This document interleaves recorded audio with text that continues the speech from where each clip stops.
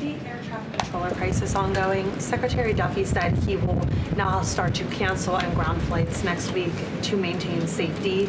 Should people fly next week given this new information? And is the administration encouraging people to stop flying altogether and look at alternative transportation modes? The administration is encouraging Democrats to reopen the federal government so this chaos and disruption to our air traffic control system in the United States of America stops.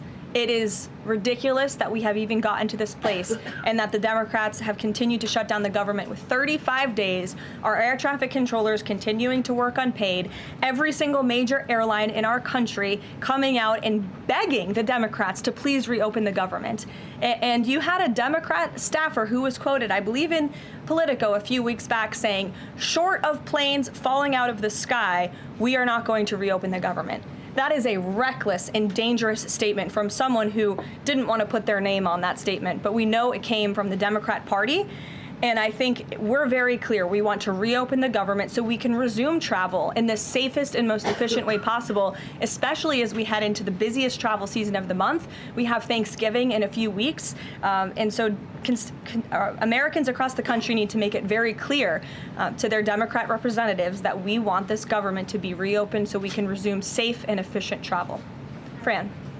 Caroline, as of last I checked, the president still had not commented on the death of former Vice President Dick Cheney.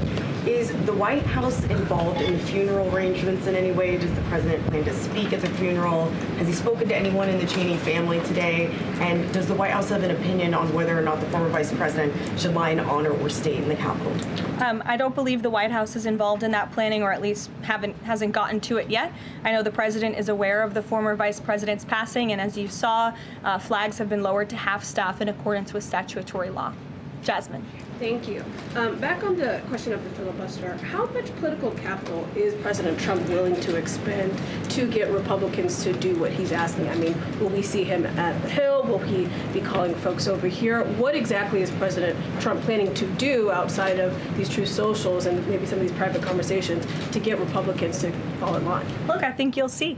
I think you'll see the president continue to engage very strongly and consistently with his friends on Capitol Hill. I don't have any meetings to read out for you at this time, but I think you should stay tuned and keep your eyes on Truth Social on this matter. The president's making his position on it quite clear. And again, he is right. Republicans need to play tough.